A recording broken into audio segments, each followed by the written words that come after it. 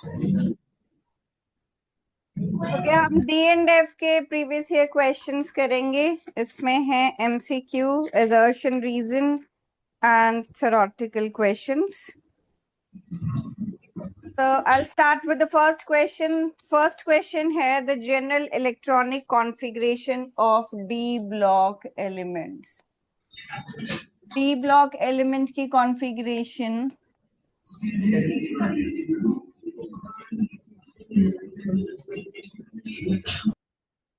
देखो, आपको पता है जो डी ब्लॉक प्रेजेंट है वो एस और पी के बीच में इधर प्रेजेंट होता है।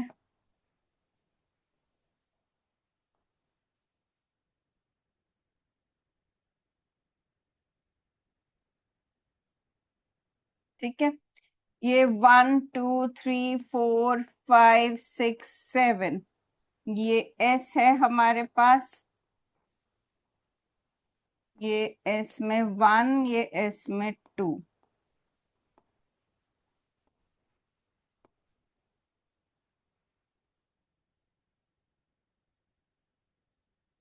यहाँ पर स्कैंडियम है, इयट्रियम है, लैंथेनम है, एक्टीनियम है। ठीक है, एस के बाद इधर जो फिल होता है ये है 3D, ये है 4D, ये है 5D और ये है 6D।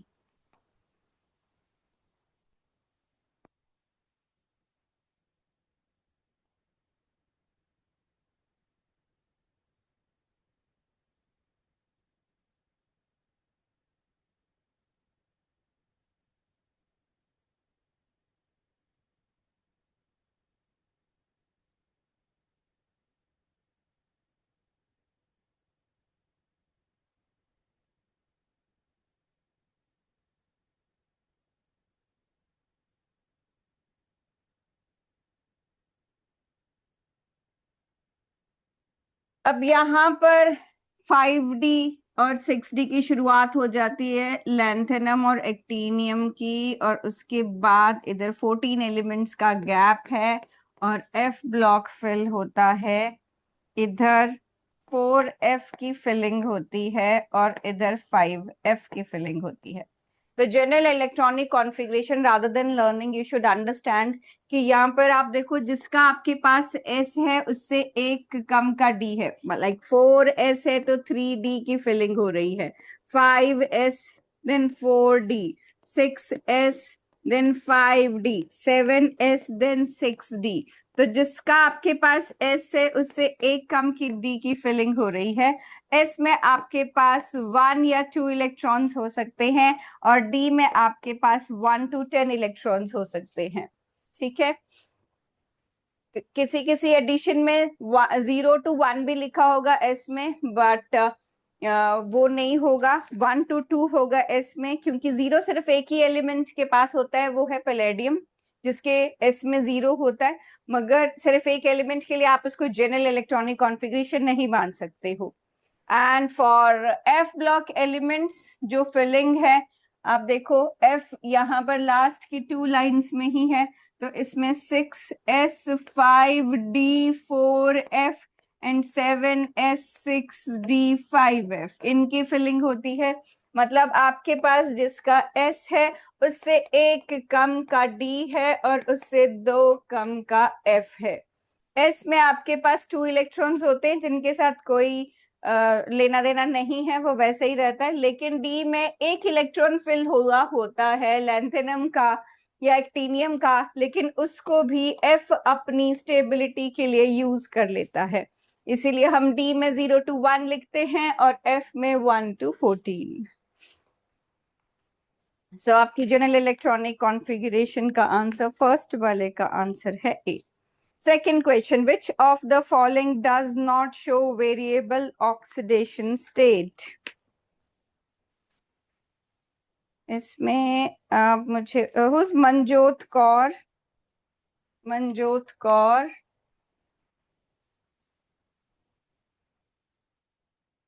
is she there? Manjot, assignment नहीं है. I'll ask you question. Come forward.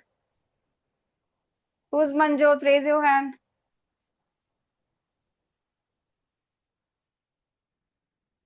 कोई नहीं है मंजोत. दो मंजूस में क्लास में. हाँ जी.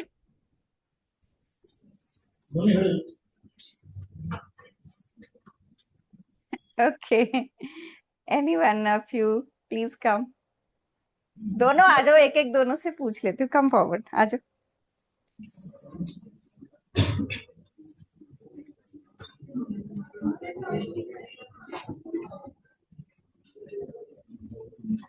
हाँ जी बेटा, जो पहले आए हैं वो पहले आंसर दे दो. My question was which of the following does not show variable oxidation state. मेरा पहला क्वेश्चन है, what do you understand by variable oxidation state? इसका क्या मतलब होता है? बोलो. वेरिएबल ऑक्सीडेशन स्टेट का क्या मतलब होता है?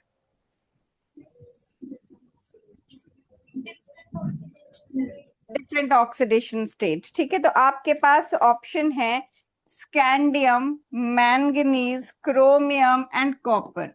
इनमें से कौन सा एलिमेंट वेरिएबल ऑक्सीडेशन स्टेट नहीं शो करता? क्यों क्यों नहीं करता?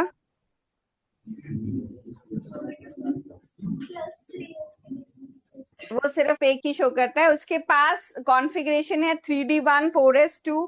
तो 4s में से पहले निकलते हैं इलेक्ट्रॉन, तो 2 निकाल लोगे तो वो कहता है डी, मैं एक अकेले इलेक्ट्रॉन का क्या करूंगा, तुम इसको भी ले जाओ. ठीक है, तो स्कैंडियम जो है सिर्फ एक ऑक्सीडेशन स्टेट शो करता है +3. वेरिएबल ऑक्सीडेशन स्टेट शो नहीं करता. हाँ जी. सेकंड मंजूत, the question for you is, कुछ आयन्स हैं, आपको बताना है इन आयन में से कौन सी आयन का जो सॉल्ट होगा या सोल्यूशन होगा वो कलरलेस होगा. इन सब में से कलरलेस ढूंढना है. पहले आप ये बताओगे कि कलरलेस या कलर्ड, उसके लिए क्या कॉन्सेप्ट आप देखते हो कि क्या चीज उसके पास होनी चाहिए, क्या नहीं होना चाहिए? डी ट्रांजिशन कैसे शो कर पाते हैं? वो कौन शो कर पाता है? हाँ जी. डी ब्लॉक एलिमेंट सारे, तो फिर ये सारे शो करते हैं, सारे कलर्ड है.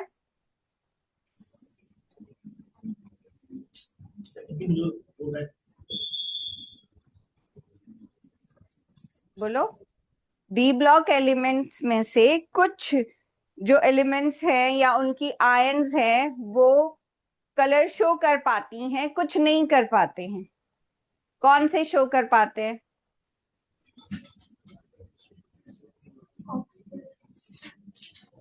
उसका कॉन्सेप्ट क्या है कि क्या आपको देखना है इस क्वेश्चन में? क्या कॉन्सेप्ट आप लगाओगे, कैसे पता लगाओगे? लर्न नहीं करना होता है ये कि ये वाली आयन शो कर रही है, ये नहीं कर रही है. इसका कॉन्सेप्ट होता है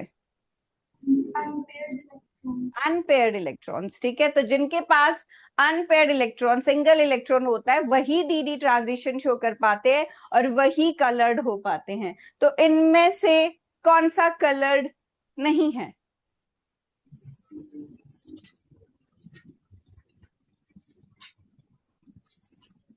बोलो.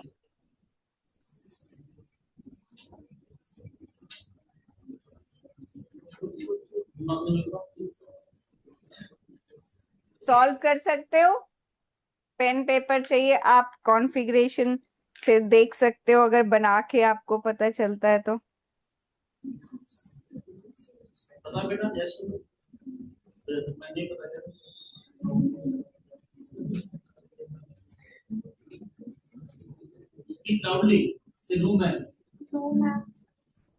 सॉल्व नहीं, आपको 21 से 30 तक एटॉमिक नंबर आते हैं. Yes ma'am. तो आपको कॉन्फ़िगरेशन आती है? तो अगर कॉन्फ़िगरेशन आती है फिर तो ये पता होना चाहिए. इसमें अगर मैं सबसे पहले यही बोलती हूँ, पहले 21 से 30 तक आप कॉन्फ़िगरेशंस लर्न करो। सारे क्वेश्चंस में आपको कॉन्फ़िगरेशन तो यूज होनी है, चाहे वो कोऑर्डिनेशन कंपाउंड हो चाहे डी एंड एफ हो। अब इसमें देखो, आपके पास पहला ही एलिमेंट स्कैंडियम है। स्कैंडियम होता है आर्गन 3d1 एंड 4s2। जब आप इसमें से 3 इलेक्ट्रॉन्स निकालोगे तो 2 यहां से, 1 यहां से, ये फुली फिल्ड हो जाएगा। नोबल गैस कॉन्फ़िगरेशन मिल जाती है स्कैंडियम +3 को। तो इसके पास कोई अनपेयर्ड इलेक्ट्रॉन नहीं होगा और वो कलरलेस होगा। ठीक है, तो अगर आपको कॉन्सेप्ट पता भी है कि अनपेयर्ड इलेक्ट्रॉन चाहिए, डी ट्रांजिशन होती है, लेकिन आपको ये नहीं पता कि अनपेयर्ड इलेक्ट्रॉन किसके पास है किसके पास नहीं, तो फिर आपको कैसे पता चलेगा आंसर क्या है? और ये बहुत डायरेक्ट क्वेश्चंस है, आपको कॉम्पिटिटिव एग्जाम में भी डी एंड एफ में से ऐसे ही क्वेश्चंस मिलते हैं। ठीक है, बैठो।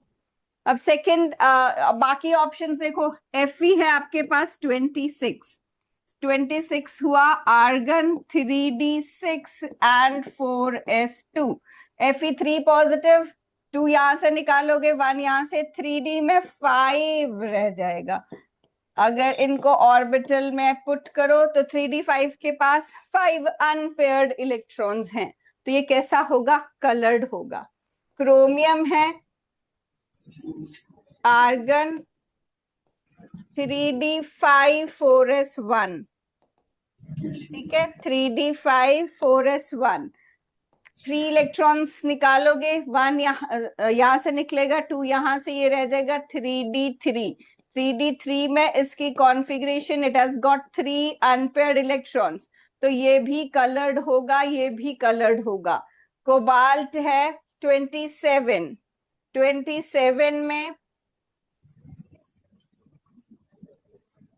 आर्गन 3d7 4s2 और 3 इलेक्ट्रॉन्स रिमूव करेंगे तो 2 यहां से और 1 यहां से, ये बचेगा 3d6।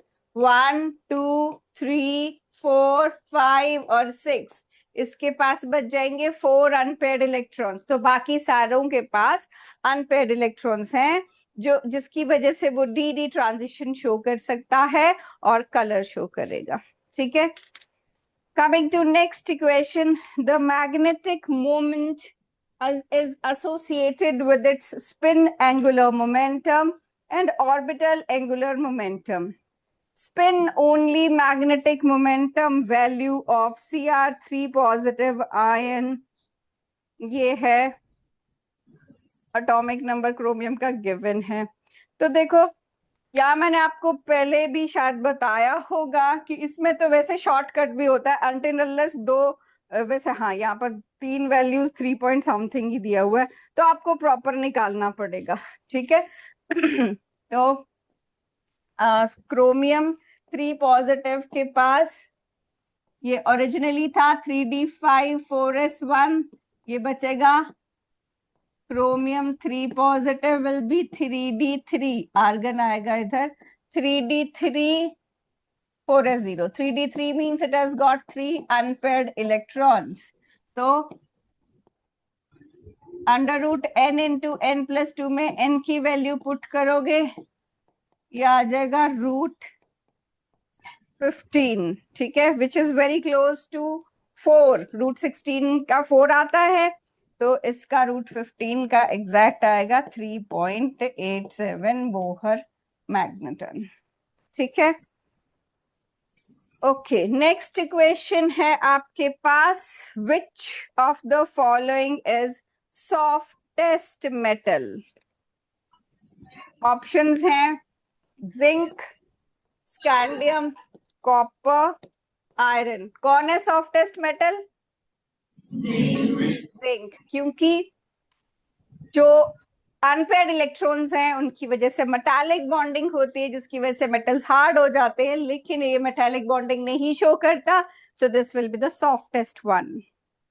Next equation is out of Fe2 positive, CO2 positive, Cr3 positive, Ni2 positive, which shows lowest magnetic moment. ठीक है, मैग्नेटिक मोमेंट के लिए क्या चाहिए आपको, क्या कैलकुलेट करते हो? कुलविंदर सिंह है? हाँ जी बेटा आओ, अनम्यूट कर लो माइक, माइक अनम्यूट कर लो। हाँ जी ठीक है। What is number of unpaired electrons in this all these ions?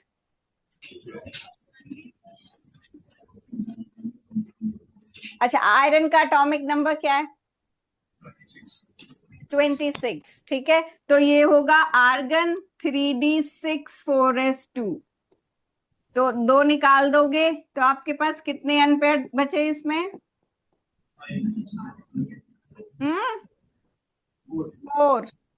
ठीक है, what is atomic number of cobalt? Cobalt का एटॉमिक नंबर 27। ठीक है, दिस इज 3d7 4s2। 2 निकाल दोगे आपके पास बचे 7 इलेक्ट्रॉन्स। कितने अनपेयर्ड है इसमें? 3 अनपेयर्ड। ठीक है, बना के दिखा रही हूं मैं तो। क्रोमियम का एटॉमिक नंबर 24 और कॉन्फ़िगरेशन 4s। है आर्गन 3d5 4s1। 3 इलेक्ट्रॉन्स निकलेंगे, एक इधर से 2 इधर से, ये बचेगा 3d3। और निकल है आपके पास क्या है atomic number? 28। Argon 3d8 4s2। 2 electrons निकाल दोगे, बचेगा 3d8। 1 2 3 4 5 6 7 8। Number of unpaired electrons 2। इसमें है 4 3 3 2।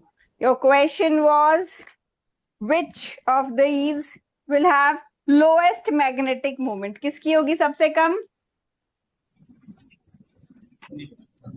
निकल, Ni2 पॉजिटिव। गुड, बैठो। तो राजदीप कौर,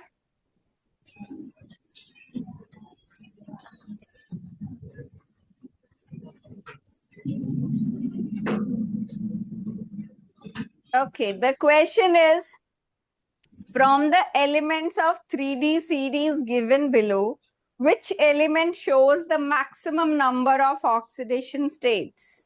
बता सकते हो? मैंगनीज। कहां से कहां तक वो शो कर पाता है? +2 से +7। And Q?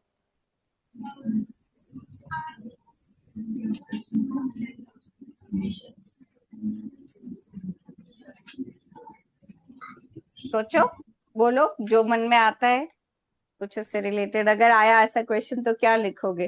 क्यों शो कर पाता?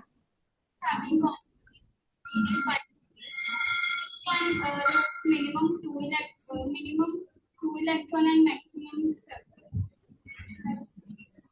नहीं, what could be the reason कि वो सारे निकाल दे रहा है, इतने इजीली क्यों निकाल पा रहा है?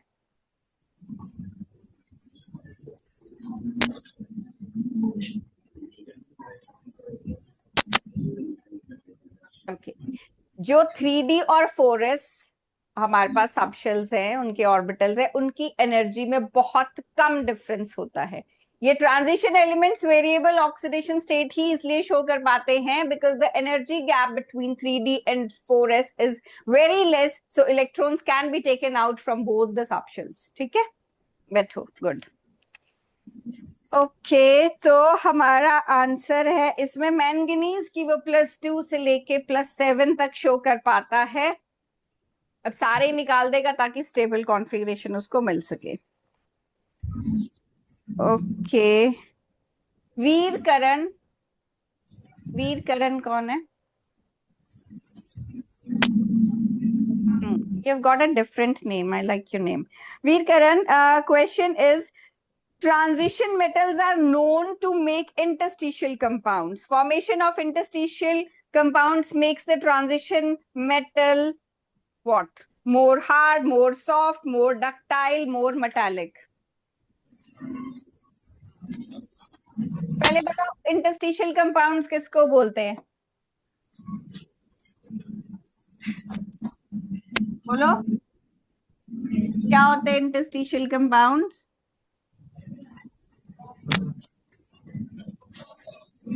नहीं पता बेटा, ये वाले रीजनिंग क्वेश्चन तो इजीएस्ट हैं। ये कलर वाले, मैग्नेटिक मोमेंट वाले, कॉम्प्लेक्स क्यों बनाते हैं, कैटलिस्ट क्यों, ये तो डायरेक्ट मतलब ये ले लोगे, आना ही आना है इनमें से कोई क्वेश्चन। ठीक है, अब देखो इंटरस्टिशियल कंपाउंड्स वो होते हैं जैसे डी ब्लॉक के जो एलिमेंट्स है, हम अज्यूम करते हैं एटम स्फेरिकल हैं। ठीक है, वैसे भी स्फेरिकल है, अज्यूम क्या करना, पर ऐसे स्फेरिकल हैं। अब इसमें जो गैप बचता है इनके बीच में, उनको हम बोलते हैं इंटरस्टिशियल साइट्स। और इन इंटरस्टिशियल साइट्स पे कुछ एलिमेंट्स जैसे कि हाइड्रोजन, कार्बन, नाइट्रोजन, बोरोन, ये छोटे छोटे एलिमेंट्स जाके ट्रैप हो जाते हैं। ठीक है, किसी भी नंबर में कोई फिक्स्ड नंबर नहीं होता है, ये प्रॉपर रेशियो में भी हो सकते हैं, नहीं भी हो सकते हैं, मतलब स्टोशियोमेट्रिक भी हो सकते हैं, नॉन स्टोशियोमेट्रिक भी हो सकते हैं। इनके इसमें ट्रैप होने की वजह से इंटरस्टिशियल कंपाउंड बनते हैं और इनकी हार्डनेस इंक्रीज हो जाती है। ठीक है, इनर्ट हो जाते हैं, ये हार्ड हो जाते हैं, लेकिन मेटालिक कंडक्टिविटी रिटेन करके रखते हैं। क्या बोला मैंने, बताओ जरा।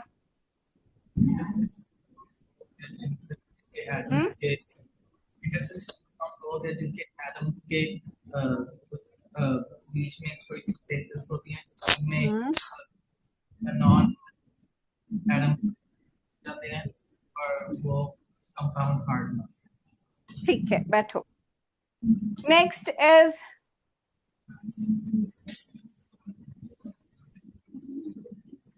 सुखवीर सिंह। है सुखवीर यहाँ पे?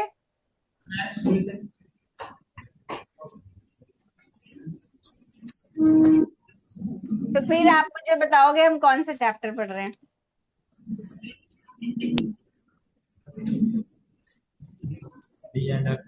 D and F. उनको और क्या बोलते हैं?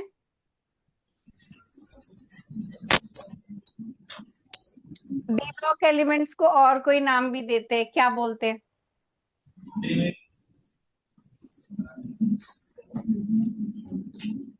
ट्रांजिशन एलिमेंट्स सुनना है? क्या होते हैं ट्रांजिशन एलिमेंट्स? जिनके पास अनपेयर्ड इलेक्ट्रॉन्स होते हैं हमेशा, या तो ग्राउंड स्टेट में या फिर किसी ऑक्सीडेशन स्टेट में। ठीक है, कोई एक ट्रांजिशन एलिमेंट बता सकते हो?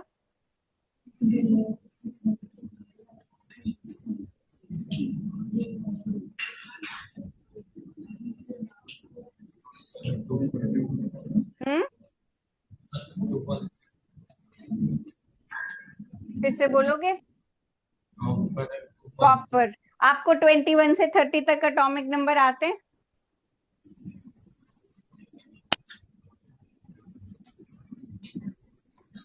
तो इन सारे क्वेश्चंस के लिए तो वो इम्पोर्टेंट है वैसे। अच्छा, ट्रांजिशन एलिमेंट्स की कुछ प्रॉपर्टीज बता सकते हो?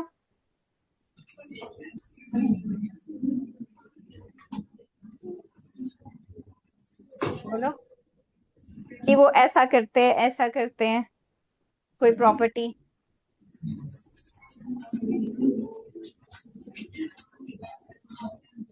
बोलो।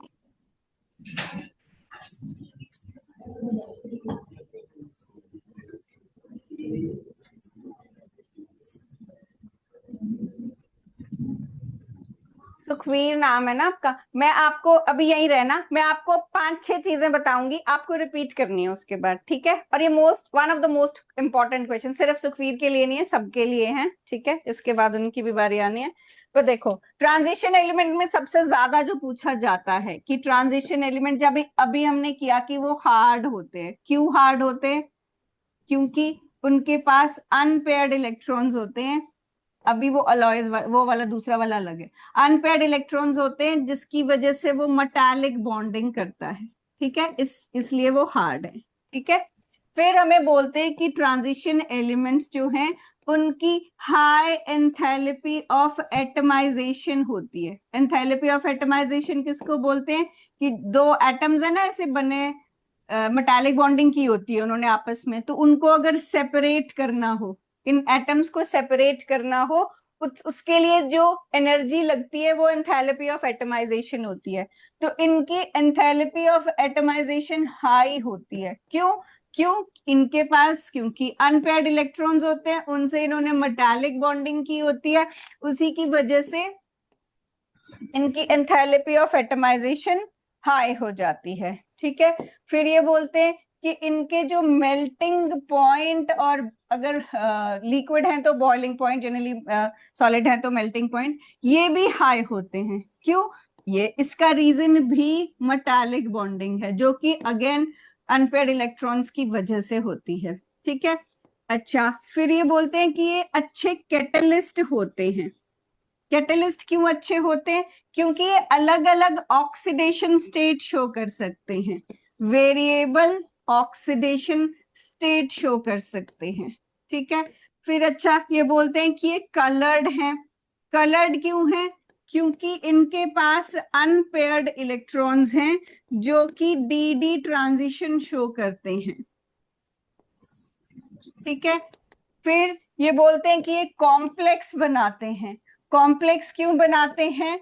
क्योंकि ये छोटे साइज के हैं और इनके पास काफी ऑक्सीडेशन स्टेट हमने देखी ना, उसकी वजह से हाई चार्ज भी होता है, और इनके पास खाली डी ऑर्बिटल्स भी होते हैं, वेकेंट डी ऑर्बिटल्स। ठीक है, फिर उसके बाद ये कहता है ट्रांजिशन एलिमेंट्स अलॉयज बनाते हैं। अलॉयज क्यों बनाते? क्योंकि ये सारे एक जैसे साइज के होते हैं, ज्यादा फर्क नहीं होता इनके साइज में, इसीलिए इजीली मिक्स हो जाते हैं। ठीक है, फिर ये कहता है कि ट्रांजिशन एलिमेंट्स इंटरस्टिशियल कंपाउंड्स बनाते हैं। ठीक है, इंटरस्टिशियल कंपाउंड्स क्यों बनाते हैं इंटरस्टिशियल कंपाउंड्स?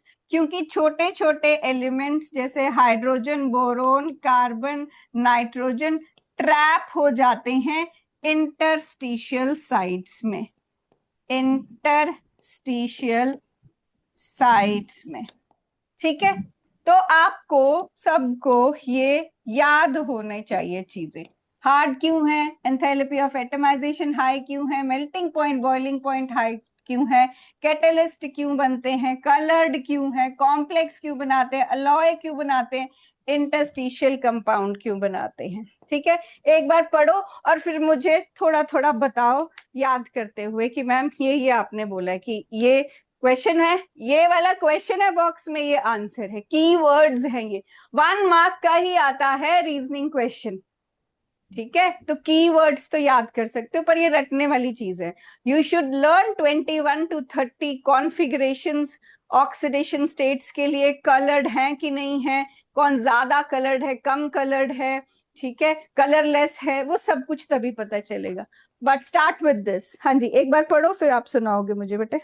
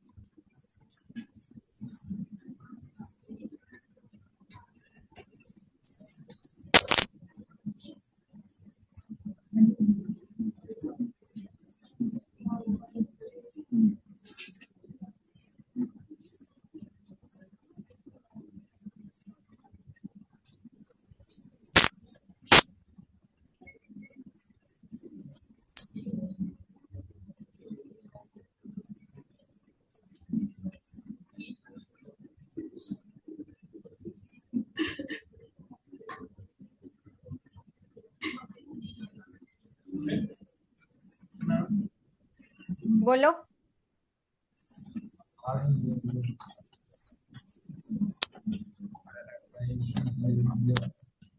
आप देख के भी थोड़ा बोल सकते हो, ऐसा नहीं मैं बोलूँ कि 1 सेकंड में याद हो जाना चाहिए, बट पढ़ के ऐसे बोलो कि दिमाग में जाए और याद रहे, ठीक है? हाँ बोलो। हम्म हम्म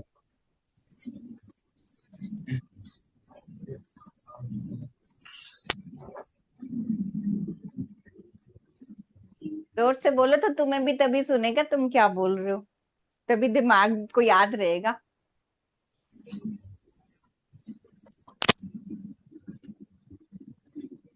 जल्दी बोलो फिर। हम्म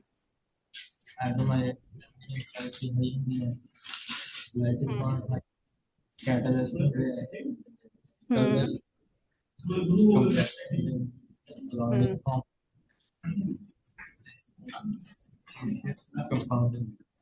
हम्म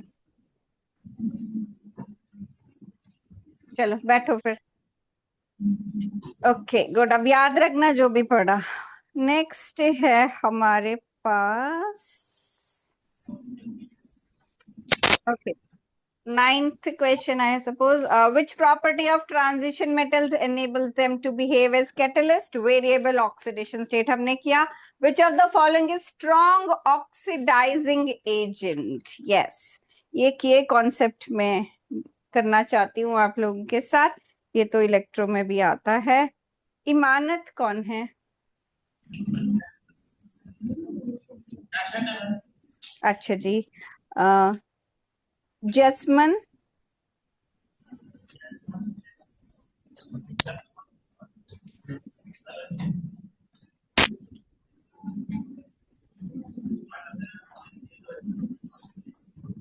जी बेटा, can you tell me oxidising agent कौन होता है? किसको बोलते हैं ऑक्सीडाइजिंग एजेंट? बोलो। ऑक्सीडेशन किसको बोलते हैं?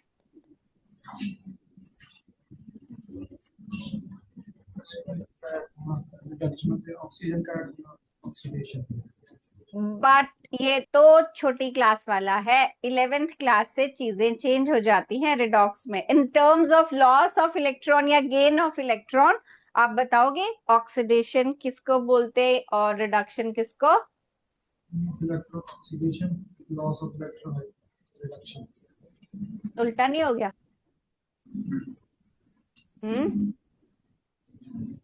देखो, ऑक्सीडेशन होता है लॉस ऑफ इलेक्ट्रॉन, ठीक है, और रिडक्शन होता है गेन ऑफ इलेक्ट्रॉन।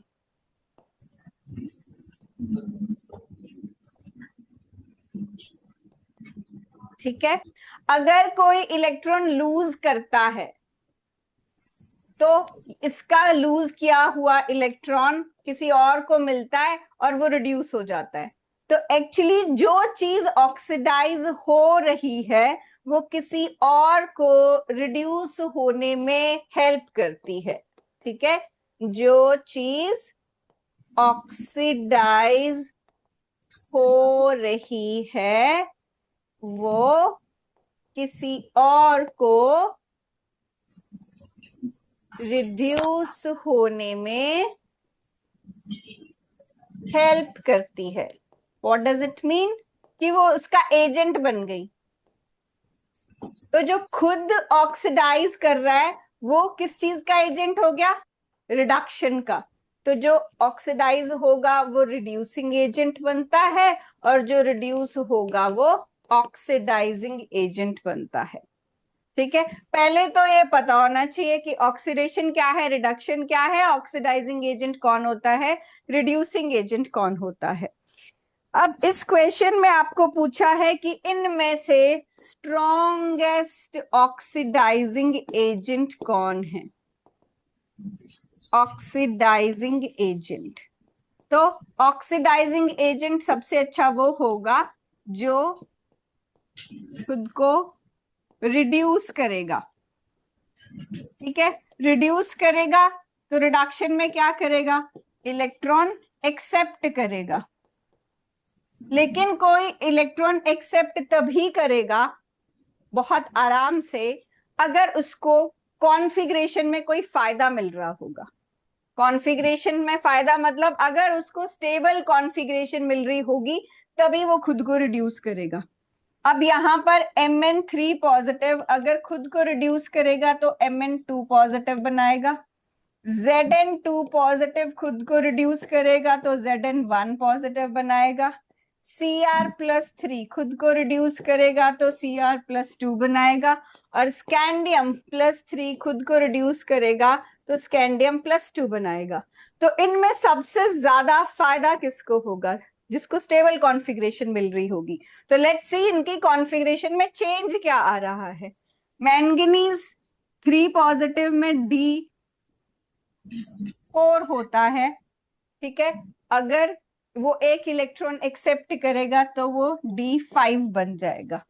ये D10 से D इज इट D10 और 4s, वो भी लिखना पड़ेगा मुझे इसके लिए।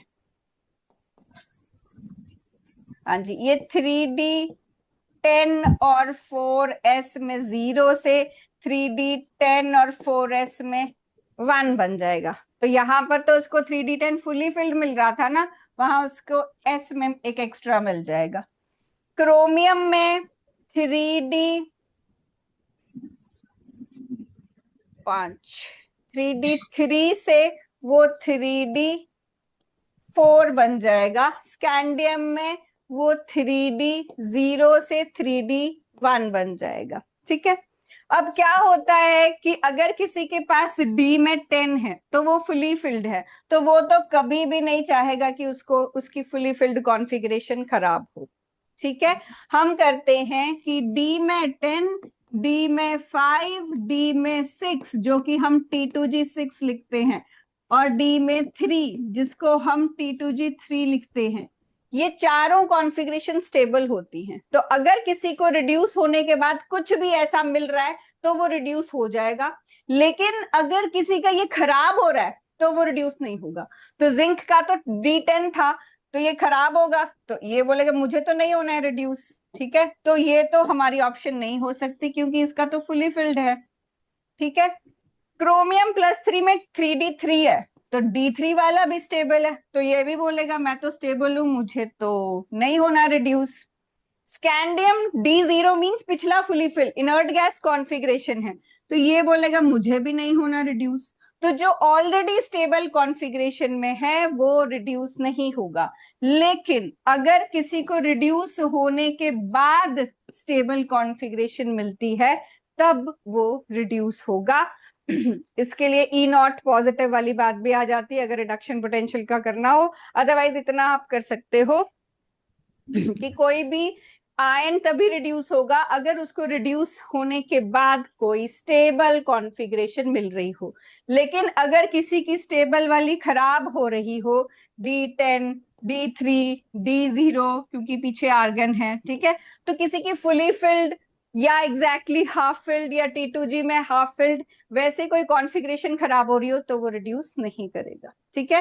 तो ये स्टेबिलिटी आपको देखनी है और ये कॉन्फ़िगरेशन से आएगी। तो अगर आपको 21 to 30 कॉन्फ़िगरेशन आती है, प्लीज लर्न ऑक्सीडेशन रिडक्शन किसको बोलते हैं, ऑक्सीडाइजिंग एजेंट, रिड्यूसिंग एजेंट कौन होता है, तभी इस तरह के क्वेश्चंस हो सकते हैं, ठीक है। बैठो बेटा। Next is the incorrect statement about interstitial compound is statement hai they are chemically reactive, they are very hard, they retain metallic conductivity and they have high melting point. So they are not chemically reactive. The first statement incorrect hai, they are chemically inert. फिर 12th question है out of the following transition elements the maximum number of oxidation states are shown by, ये हमने किया। देखो ये अगर आप सारे क्वेश्चंस करोगे थोड़े टाइम बाद 15-20 क्वेश्चन बाद क्वेश्चंस रिपीट होना शुरू हो जाते हैं, तो इन क्वेश्चंस को बार बार करो, इसी तरह के क्वेश्चंस आते हैं। assertion reason में first question, copper is a non-transition element. Is this true? Copper non transition element है या ट्रांजिशन एलिमेंट है? ट्रांजिशन एलिमेंट है। नॉन ट्रांजिशन कौन कौन से हैं? Zinc, cadmium, mercury, copernicium. ठीक है, अच्छा, तो assertion is false. Reason, copper has incompletely filled d orbitals in its ground state. Is this true? Sorry, completely filled लिखा है।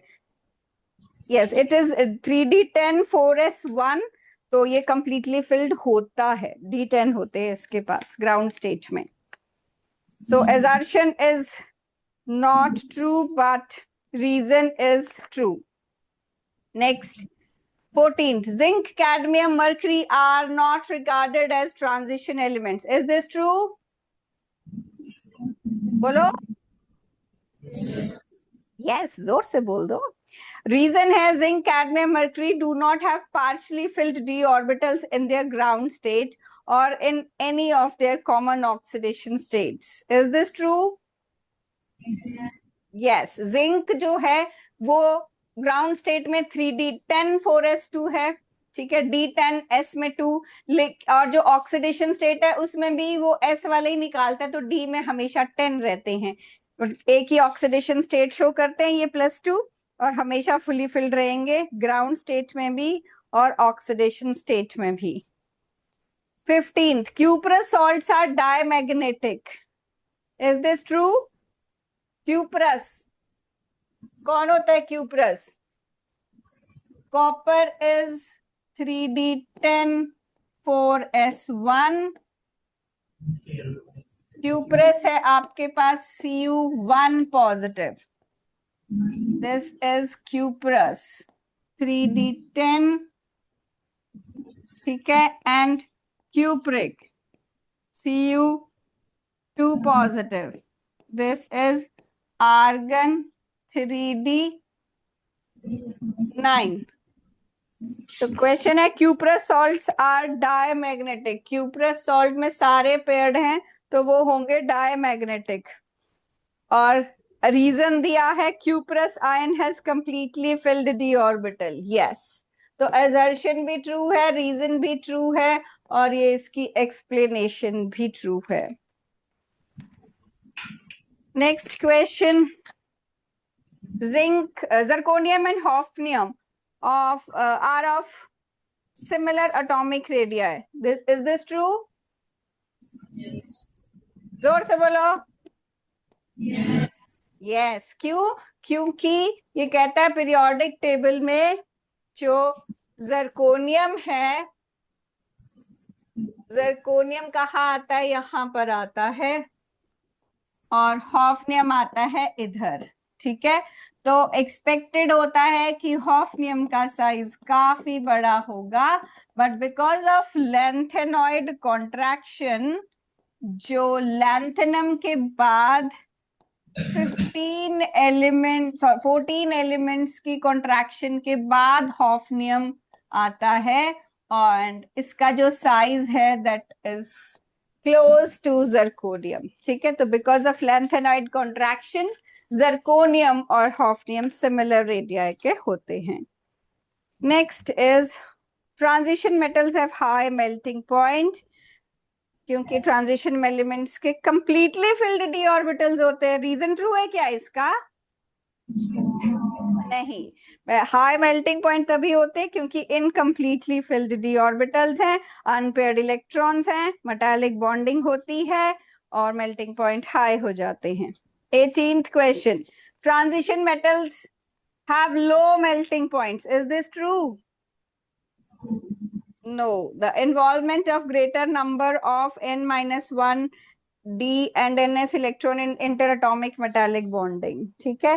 रीजन तो सही है स्टेटमेंट, लेकिन ट्रांजिशन एलिमेंट्स असर्शन होनी चाहिए थी, they have high melting point. तो assertion is wrong, but reason की statement is true. Come to subjective questions. ऐसा करो, टेक योर टाइम, 19 से 31 तक क्वेश्चन, कोई पहले कोई क्वेश्चन पढ़ो, जो नहीं पता है, जिसका कॉन्सेप्ट नहीं पता है वो पहले पूछ लो,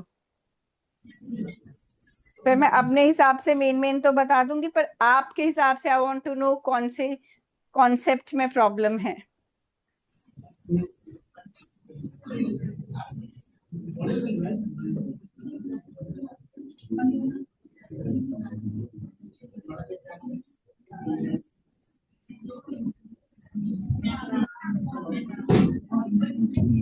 आपस में बात नहीं करनी है, मेरे से पूछना है कौन सा question, mention the question number, मैं उसका आंसर बताती रहती हूँ।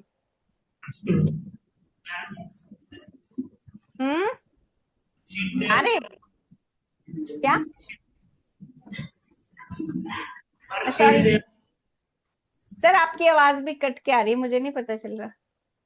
Worksheet they are not having. Okay, they are not having the assignment, fine, ठीक है, फिर मुझे ही करवाना पड़ेगा, लकी पीपल। चलो जी, सो मेरे पास जो शीट है उसमें नेक्स्ट क्वेश्चन है, zinc, cadmium, mercury are considered as d block element but not at transition elements.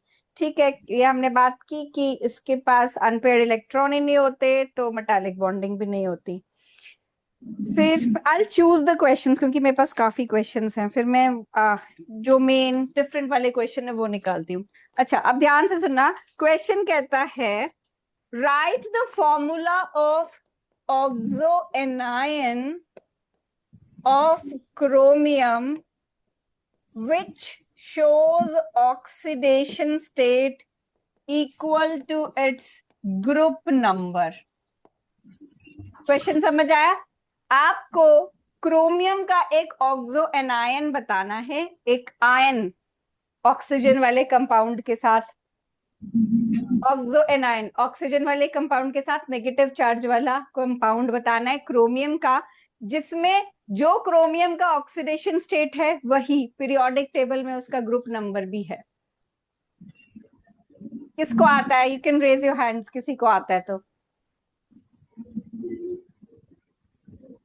नहीं बोलो, कोई गेस करना चाहता है तो गेस भी कर सकता है।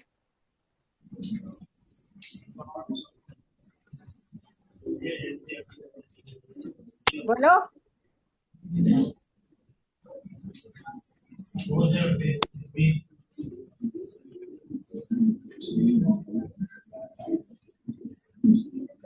हाँ जी बेटा।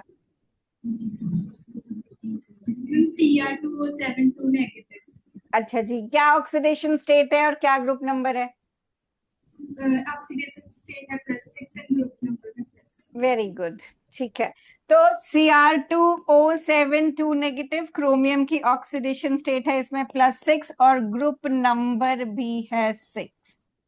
ठीक है, ऐसे कोई आंसर देने आए ना तो मुझे बहुत खुशी होती है, तो प्लीज आया करो ऐसे। फिर कभी कभी तो मेरा इतना मूड खराब हो जाता है जब आप लोग बोलते ही नहीं हो, मुझे बहुत अच्छा लगता है व्हेन यू कम अप। कोई ऐसे देखो, आपको अगर इस थोड़ा डर भी लगता है ना, तो आपको ये डर निकालने के लिए बल्कि आगे आना चाहिए। ऐसा नहीं, मुझे पता है बच्चों को आंसर्स आते होते हैं, पर मुझे होता है कि आओ पार्टिसिपेट करो, क्या फायदा ऐसे, तो फिर ये कोई इंटरैक्टिव क्लास का क्या लॉजिक हुआ जब आप लोग बैठे रहते हो बस कि सुन लेते हैं जो भी मैम बोल रही है। ऐसे नहीं करना होता है, पार्टिसिपेट किया करो, इससे फियर भी निकलता है आपका, कि आपको जो डर लगता होता है ना, कल को आप कहीं पर और किसी चीज में पार्टिसिपेट करोगे, कंपटीशन में पार्टिसिपेट नहीं करते आप लोग, स्टेज पे नहीं जाते, हाँ, तो उससे डर निकलता है, कॉन्फिडेंस आपका बढ़ता है। कोई बात नहीं, गलत बोलोगे, मैंने कौन सा केस करना है आप पे, यहाँ तो मैं थप्पड़ भी नहीं लगा सकती हूँ, सेफ हो तुम, तो दे दिया करो आंसर, गलत ही सही। ठीक है, चलो।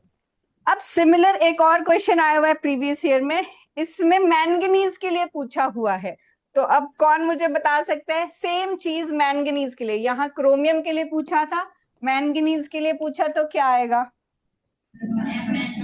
MnO4 negative. ठीक है, मैंगनीज का oxo anion MnO4 negative, oxidation state +7 and group number 7। ठीक है, फिर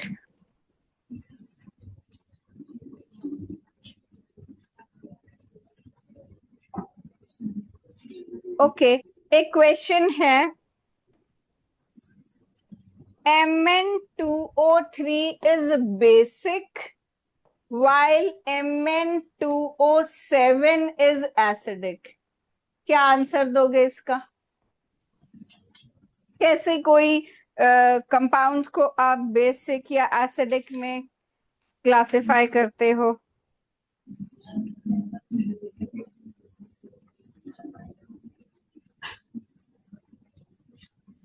बोलो।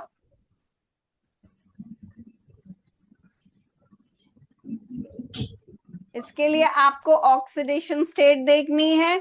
जब मेटल लोअर ऑक्सीडेशन स्टेट में होता है, लोअर ऑक्सीडेशन स्टेट, तब हम उसको बेसिक बोलते हैं। और जब मेटल हायर ऑक्सीडेशन स्टेट में होता है, तब हम उसको एसिडिक बोलते हैं। ठीक है, तो यहाँ पर ये 2x minus 6 is equal to 0, x is equal to 3 आ जाएगा, और यहाँ पर 3 आएगा। हाँ। और यहाँ पर 2x minus 14 is equal to 0, x is equal to 7 आ जाएगा। तो ज्यादा ऑक्सीडेशन स्टेट से वो कंपाउंड एसिडिक हो जाता है। नेक्स्ट एक क्वेश्चन है,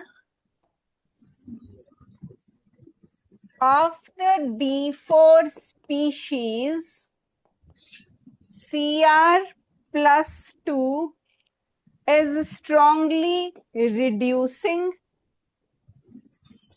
and Mn plus 3 is strongly oxidizing. अब अगर एजेंट नहीं लिखा तो कंफ्यूज नहीं होना। अगर ऐसा लिखा है रिड्यूसिंग, तो इसका मतलब कि वो रिड्यूसिंग एजेंट है। रिड्यूसिंग एजेंट क्या करता है? दूसरों को रिड्यूस करता है, खुद को ऑक्सीडाइज करेगा। तो वो Cr प्लस 2 से Cr प्लस 3 में जाएगा। ऑक्सीडाइजिंग एजेंट दूसरों के लिए एजेंट है ऑक्सीडाइज करने के लिए, खुद को वो रिड्यूस करेगा। तो Mn प्लस 3 से वो Mn प्लस 2 में जाएगा। दिस इज क्रोमियम प्लस 2 में 3d4। उसने बोला कि ये दोनों पहले 3d4 है, मगर 3d4 से ये रिड्यूसिंग एजेंट बनकर d3 में जाएगा। क्रोमियम 3 पॉजिटिव इसको मिल जाएगा, तो ये d3 स्टेबल होता है, T2G3 स्टेबल होता है।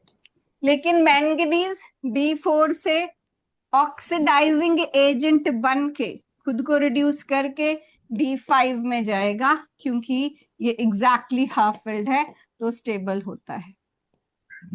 अब इस तरह के क्वेश्चन आपको कॉन्फ़िगरेशन पे ही आ सकते हैं।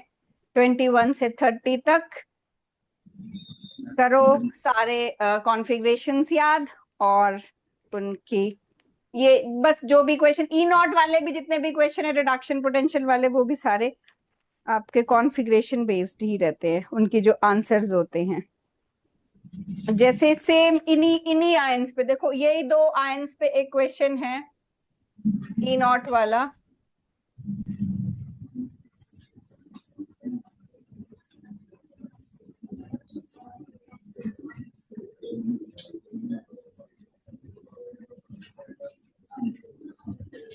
ये है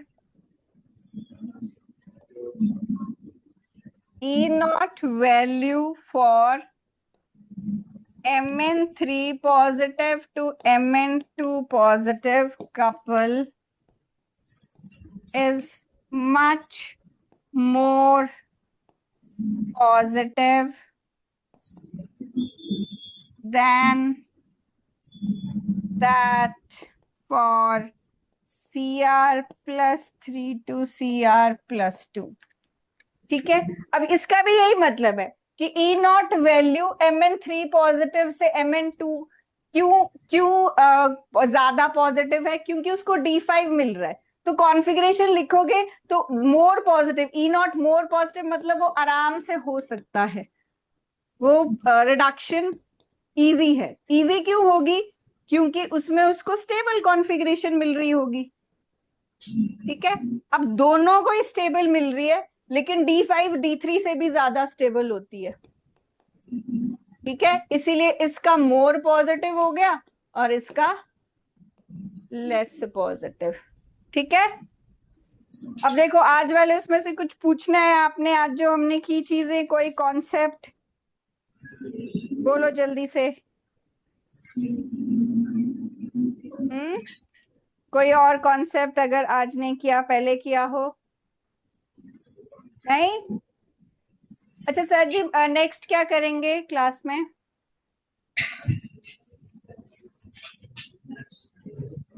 मैडम अभी हाफ ईयरली के लिए रिवीजन कर रहे हैं। हाँ जी, तो नेक्स्ट टाइम आप करवा देना इलेक्ट्रो क्वेश्चन। इलेक्ट्रो के क्वेश्चंस। ठीक है सर। न्यूमेरिकल्स या फैराडेज लॉ, कुछ ऐसे कोई पर्टिकुलर? हाँ जी मैडम, न्यूमेरिकल फैराडे लॉ और एक्स लॉ। ठीक है जी, ठीक है, thank you sir. Okay sir.